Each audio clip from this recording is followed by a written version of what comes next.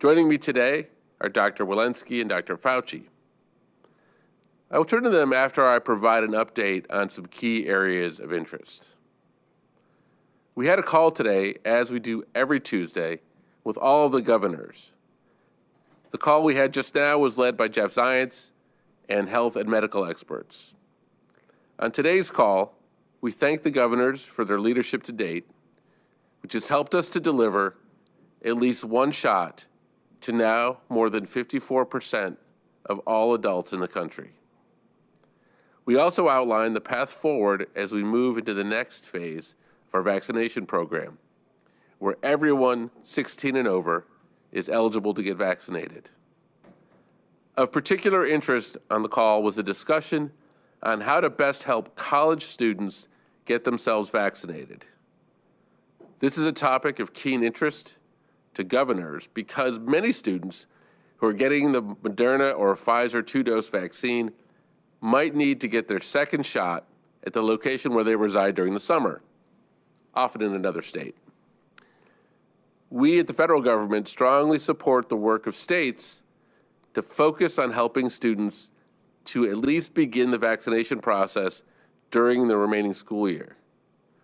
College students lead lives that make physical isolation somehow a little more challenging. I say this with the knowledge of having one, college student that is, as well as a recent graduate and now in his 20s.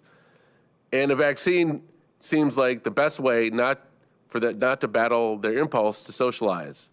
So we are very supportive of states in their effort to improve access and make it even easier for their students to get their shots. To do our part, we shared with governors that we will be ensuring that pharmacies in the federal pharmacy program do not have residency requirements in place, so that students who do return home can get their second dose in that home state. Now, in fact, most pharmacies administering shots will now offer anyone a second dose, regardless of where they got their first. Seems like a good opportunity to remind you to get your second shot if it's your time and if you haven't. We also discussed this week's vaccine allocation on the call. This week, nearly 30 million doses will go out across channels, with the vast majority going to states, tribes, and territories. And we reminded governors that the federal government stands ready to help states put shots into arms as quickly as possible. And we continue to conduct one-on-one sessions with their teams each day throughout the week. I want to turn to the global situation and briefly address the recent COVID-19 surge in India. First of all, we stand with the country of India during this very trying and tragic surge. Over the weekend, we shared that we are working to deploy resources and supplies, including therapeutics, rapid testing kits, ventilators, PPE, and raw materials that are needed to manufacture vaccines in India. And CDC, which has a long history of working with and in India on public health measures, will be deploying a strike team to the country to support the public health efforts there. We are committed to helping India through this difficult time. In addition, yesterday we announced that given the strong portfolio of approved, highly effective and safe vaccines here in the United States, we're looking at the options to share AstraZeneca vaccines with other countries as they become available. This should amount to around 60 million doses or so over the next 2 months. The AstraZeneca vaccine is highly safe and effective and approved in many parts of the world. And since it is not approved for use in the U.S., we do not need to use the AstraZeneca vaccine here during the next few months. We have sufficient supply of vaccines from Pfizer, Moderna, and Johnson & Johnson to accommodate our needs in the U.S. In closing, before I hand it over to Dr. Walensky, vaccines are now broadly available, accessible, and are located within 5 miles of 90% of Americans. If you are 16 or above and have not been vaccinated, The scenes around the world should help convince you that now is the time. Your risk from being unvaccinated is too high. Please make an appointment today. And with that, I will turn it to Dr. Walensky. Thank you and good afternoon, and I'm so glad to be back with you all again today. Let's begin with an overview of the data. Yesterday, CDC reported over 34,600 cases of COVID-19. Our 7-day average is just over 54,400 cases per day, and this represents a really hopeful decline of about 21% from our prior 7-day average. The 7-day average of hospital admissions is just over 5,100. Again, a positive sign with a decrease of about 9% from the previous 7-day period. And the 7-day average of daily deaths also declined to about 660 per day, a decrease of about 6%. Each day, more and more Americans are rolling up their sleeves and getting vaccinated, and likely contributing to these very positive trends. We regularly share with you the benefits of vaccination, the efficacy in preventing infection, and the decreases we see in hospitalizations and deaths. These are incredibly important benefits of vaccination, and there are so many more. I know that the quarantine and shutdowns throughout the pandemic have been exhausting. I know that we all miss the things that we used to do before the pandemic, and I know that we all want to get back to doing those things that we love, and soon. Today is another day we can take a step back to the normalcy of before. Over the past year, we have spent a lot of time telling Americans what they cannot do, what they should not do. Today, I'm going to tell you some of the things you can do if you are fully vaccinated. Again, as a reminder, the CDC defines fully vaccinated as 14 days after your second dose of a Pfizer or Moderna vaccine, or 14 days after your single dose of a J&J vaccine. Today, CDC is updating our recommendations for fully vaccinated people and providing guiding principles and sample activities to give people who are fully vaccinated a way to assess their own risk for COVID-19 and determine what situations are safe. If you are fully vaccinated, things are much safer for you than those who are not yet fully vaccinated. This guidance will help you, your family, and your neighbors make decisions based on the latest science and allow you to safely get back to things you love to do. I am optimistic that people will use this information to take personal responsibility to protect themselves and to protect others, and I hope will encourage people to get fully vaccinated. There are many situations where fully vaccinated people do not need to wear a mask, particularly if they are outdoors, as shown by the graphic on the right. If you are fully vaccinated and want to attend a small outdoor gathering with people who are vaccinated and unvaccinated, or dine at an outdoor restaurant with friends from multiple households, the science shows if you are vaccinated, you can do so safely, unmasked. On the CDC website, we have posted examples of numerous outdoor activities that are safe to do without a mask if you are fully vaccinated. Generally, for vaccinated people, outdoor activities without a mask are safe. However, we continue to recommend masking in crowded outdoor settings and venues, such as packed stadiums and concerts, where there is decreased ability to maintain physical distance and where many unvaccinated people may also be present. We will continue to recommend this until widespread vaccination is achieved. Now let's talk about what you can do indoors. Here again, we have unvaccinated people and their risk on the left, where nothing has changed. Risk is indicated and masking is required. We then show the markedly decreased risk for vaccinated people on the right. Given what we know about COVID-19 vaccines and their efficacy, it is also safe for those who are fully vaccinated to return to the activities they love doing inside while wearing a mask. The guiding principles we released today and the illustrative examples compare the safety of several activities if you are vaccinated or not, and the difference is clear. As we gather more and more data on the real-world efficacy of vaccines, we know that masked, fully vaccinated people can safely attend worship services inside, go to an indoor restaurant or bar, and even participate in an indoor exercise class.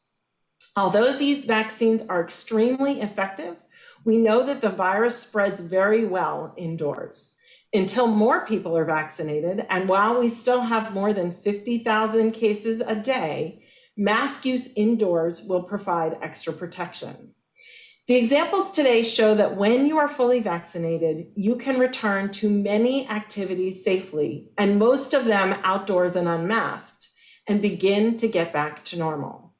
And the more people who are vaccinated, the more steps we can take towards spending time with people we love doing the things we love to enjoy.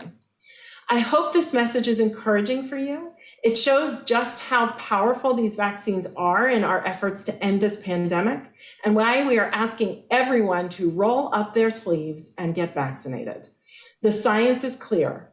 The COVID-19 vaccines have been through many transparent, rigorous processes that continue to prove they are safe and effective. If you haven't already, please get vaccinated. In some communities, you can find walk-up venues who have advanced appointments or where appointments aren't even necessary. To see more details about what we released today, including the evidence and science behind these recommendations, and to learn more about the activities you can safely do when you are fully vaccinated, please go to cdc.gov. Thank you, and I'll now turn things over to Dr. Fauci. Thank you very much, Dr. Walensky. I'd like to spend just the next couple of minutes talking about the subject of variants and the role of vaccination in protecting against variants. Can I have the first slide, please? So we're going to look at evidence from clinical trials, and when they're not available, from laboratory studies, as well as real-world experience to indicate the degree of protection against variants of interest or concern. Next slide. Here is a list very familiar to you of a number of the variants that are in play throughout the world and in the United States. Next slide. So let's go quickly through them and make one or two comments to inform where we are.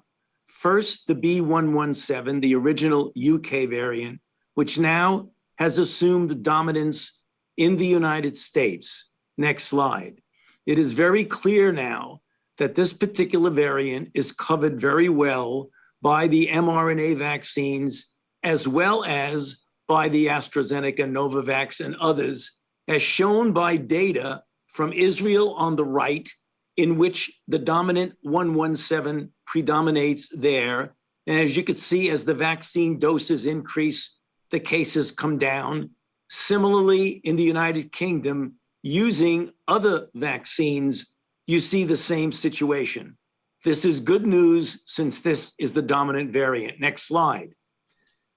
The next slide is the one that's the most problematic, the South African variant, which is certainly not dominant here, but is in South Africa and other locations throughout the world. Next slide. The data we have, I presented at a former conference. As you can see, the J&J is 64% efficacious.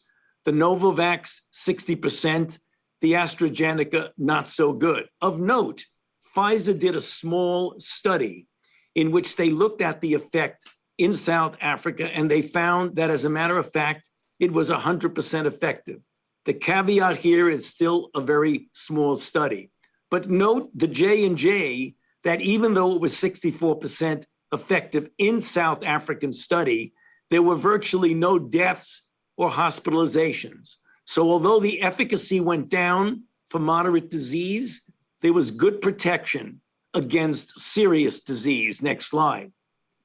Then we have the P1, the one that is right now ravaging Brazil. Next slide.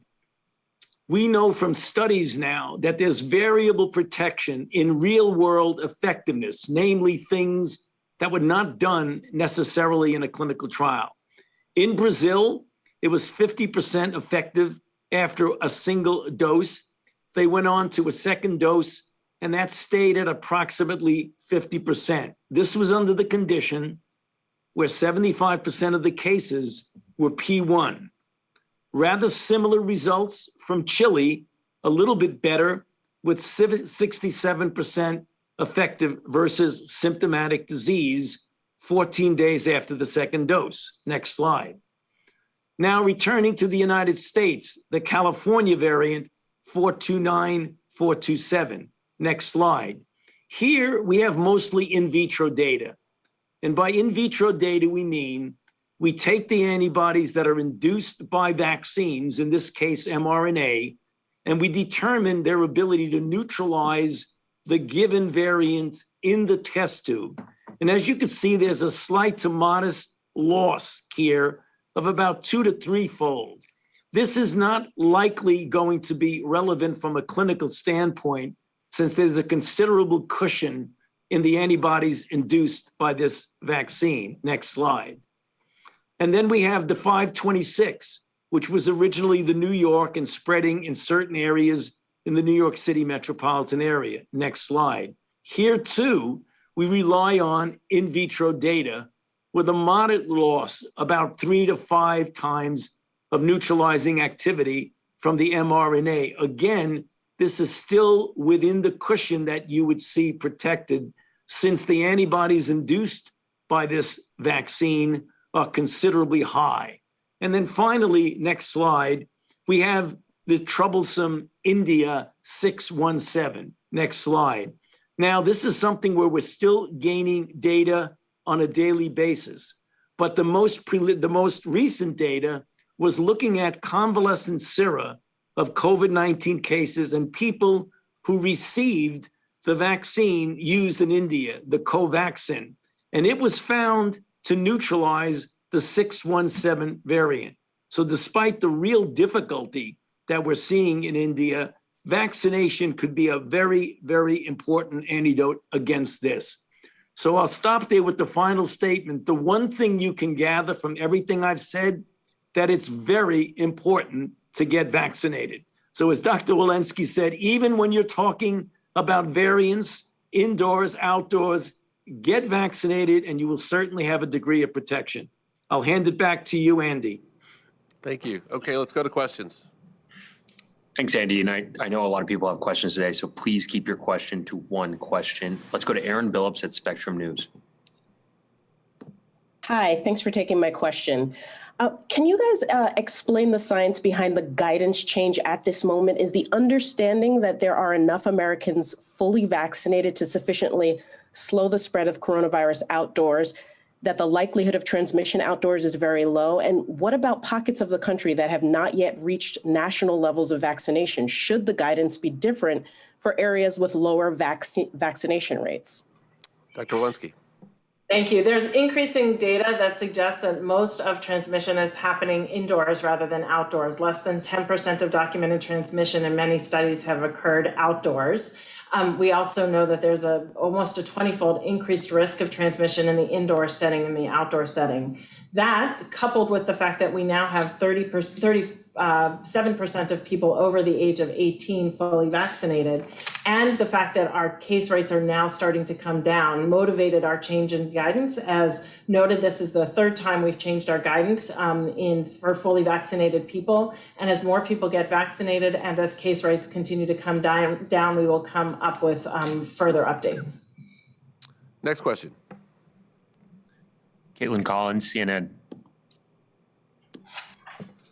Thank you very much. My question, given this new guidance, should states that have outdoor mask requirements change those to reflect this new guidance? Is that your advice for those states and those governors? What we're saying is states that have mask requirements outdoors, if people are vaccinated, we no longer feel that the vaccinated people require masks outdoors. So to the extent that those are consistent, I do want to sort of convey this outdoor large public venues, such as concerts, stadiums, and things like that. And a lot of that is the inability to distinguish between vaccinated and unvaccinated, and to say that in those settings, when you have that density, we really do worry about protecting the unvaccinated people. Next question.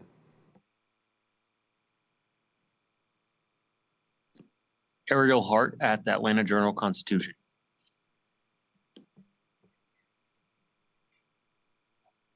Hi, I'd like to go back to the question about for states that do not have yet the national rate, that are below average, should there be different guidance for us? I'm calling from Georgia. I think the general guidance is to ensure that people start getting vaccinated. And we do know that if you are vaccinated, it is safe to be outdoors without a mask. And the general guidance is the more and more people who get vaccinated, the more you'll have more people who are safer without masks. So get vaccinated. And if you are, then it's safe to be outside without a mask. Next question.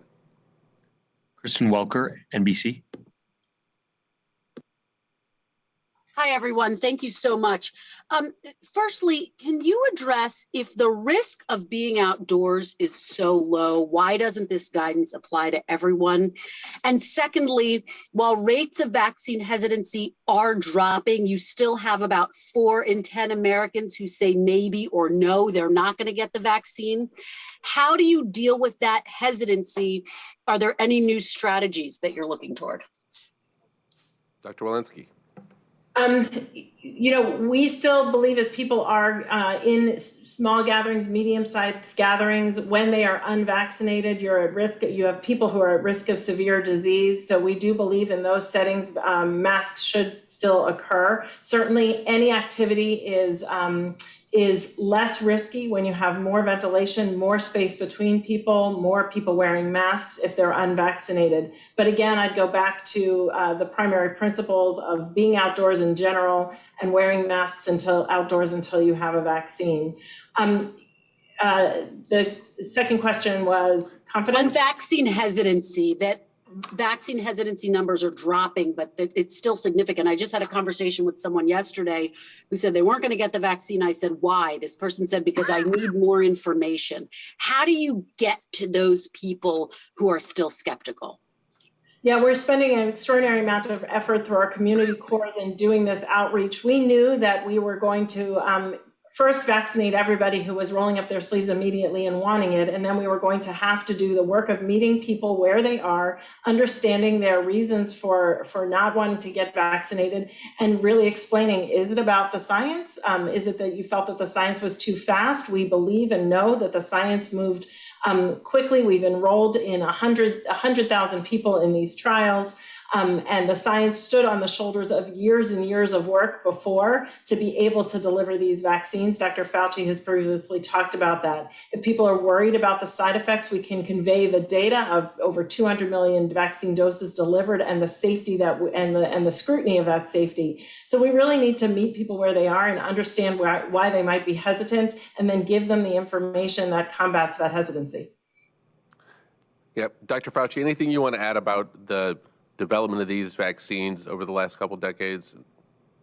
Well, yeah, I mean, as Dr. Walensky said, we try to go step by step of what is it about the situation that makes you hesitant. And one of them is, in fact, the speed with which this has happened, because we've been talking for a long time that vaccines usually take years to go from a recognition of the pathogen to getting vaccine into people's arms. We did it in 11 months. But as we've said often, that is a reflection of decades of scientific advances in 2 major areas. One, vaccine platform technology, which led for the years of work to perfect the mRNA and the vector, such as the adenovector approach. And secondly, structure-based vaccine design that led to the precise, correct conformation of the spike protein, which proved to be so immunogenic and in fact got translated into a highly efficacious vaccine. You're talking about decades of fundamental science. When people hear that, they realize that this was not being rushed, that they are benefiting from the culmination of years of research.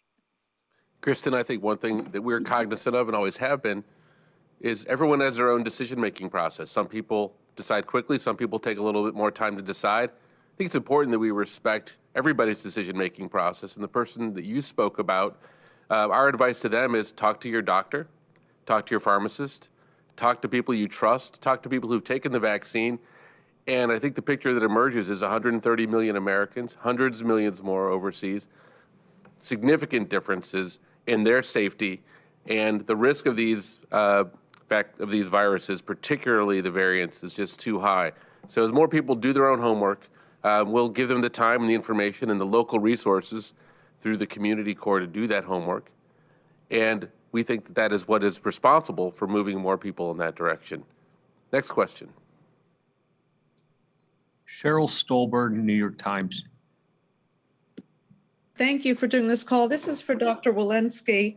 Dr. Walensky, you talk about small and medium-sized gatherings, but you don't define what they are. So I'm wondering, can you please define for people what a small and medium-sized gathering is, or say why you aren't defining it? Because if we define a small and medium-sized gathering, we actually also have to define the size of the space that it's in, the ventilation that is occurring, the space between people. And so I think we should get back to the general concepts. Small and medium-sized gatherings for people who are outside and vaccinated can safely be done without a mask. But we really do want people who are unvaccinated to limit the interaction with people and to go back to the basic principles of increased ventilation and increased spacing for any given size. Several weeks ago when I had this feeling of impending doom and I articulated that, and I had, case rates going up, vaccinations growing, but not where we needed to be, and deaths continuing to climb. As I look at the curve now, it's stabilizing, it's coming down. The vaccinations have continued to grow in an extraordinary way. I think we really do need to get more and more people vaccinated. As Kristen noted, we need to sort of combat the hesitancy that is out there, meet people where they are, and encourage everyone to get vaccinated.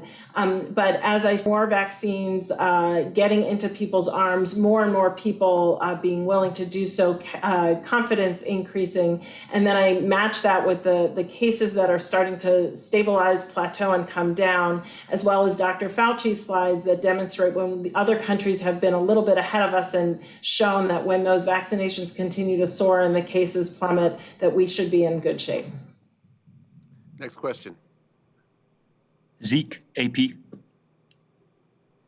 Thanks for doing this. Dr. Walensky, I was hoping you can clarify a little bit, why are the people who are fully vaccinated wearing masks in all of those different scenarios? Is it to protect others from them in case they have a breakthrough infection? Is it protect themselves from potentially acquiring a breakthrough infection, or is it to model safe behavior for those who are not vaccinated around them in all of those spaces? And then also, do you have any targets by which you would sort of begin to roll back, how many people need to be vaccinated in society for you to begin, allowing people to wear masks at baseball, to take their masks off at baseball stadiums or in indoor dining or the like? Yeah, thank you. Maybe I'll tackle that second question first. And that is, I think some of these targets have to be the interplay of the number of people vaccinated and the number of cases that we're seeing. And it's that intersection that I think is going to be important. I think that part of one of the things that we need to look at is the lack of uniformity of vaccination rates across this country. It was previously brought up, not every state, not every county is vaccinating at the same rate. And where we have low areas of vaccination, we are going to potentially see more outbreaks, which is why I think we have to be careful, and we have to make sure that people get vaccinated in all corners and in all counties. With regard to why people who are vaccinated are wearing masks indoors, I think what we really need to convey here is we still have 50,000 cases a day. We do believe that vaccinated people are much safer when they're wearing those masks indoors, as indicated by the green on the right side of that graphic. And right now, it's very hard to tease apart who is vaccinated, where they are in the vaccination. So it's not just to protect themselves, but largely to protect others and really to protect the unvaccinated. All right, next question. Let's go to Stephanie Abbs at ABC. Thank you. I wanted to ask about a different topic, actually. The reports that the Pentagon is tracking 14 cases of heart inflammation or myocarditis among service members and families, people who were vaccinated through the military healthcare system. Can you tell us any more about those cases and what CDC knows, or maybe what Dr. Fauci can tell us about any potential relationship to vaccination. So maybe first we'll go to Dr. Walensky, if you have any familiarity. Nope. Yeah, I'm aware of those reports. I don't necessarily want to comment on what the DoD is doing and investigating in their own investigations. What I will say is we've delivered over 200 million doses of vaccine, of these vaccines. And after hearing about these reports, we again looked back in our vaccine safety data, and we had not seen any reports of those. Those have since been reported to us, and so those investigations are ongoing. But you know, it is a different demographic than we normally see, and we will be working with DoD to understand what is happening in those 14 cases. We have not seen the signal, and we've actually looked intentionally for the signal in the over 200 million doses we've given. So not enough data yet, early. Okay, next question. All right, we got time for one more question. Let's go to Anjali Kimlani at Yahoo. Thank you so much. Really quickly, can you walk us through the timeline of the aid being sent to India, specifically first on the ventilators and protective gear and oxygen, and then secondly on the vaccine doses, when you anticipate those will be sent out? Yeah, I mean, we're beginning to move immediately. I can't give you the exact timing on each of those pieces, but we're in constant contact with the Indian government and the Indian health authorities. As I think I mentioned earlier, we have a CDC team that's headed over to India to help coordinate this response. In terms of vaccines, as I mentioned earlier, we are in a position now where we can foresee that we will not be using the AstraZeneca doses that we expect to come online. I want to be clear that none of those doses are yet made available based upon FDA inspection. So once that's done, as soon as that happens, we will have 10 million doses available. Those will be distributed globally. And then we expect over the next couple of months, another 50 million. You know, this is, of course, in addition to many of the strategies that Dr. Fauci, myself, Jeff, and others have talked about for supplying the globe with additional vaccines and additional vaccination efforts through COVAX. And finally, I think you may be aware that we are making sure that we are locating some of the raw materials necessary to create more vaccines in India, which I think is going to be an important help there. So with that, I'm going to bring this to a close. Thank you for all your questions, and we'll be here doing this briefing again on Friday.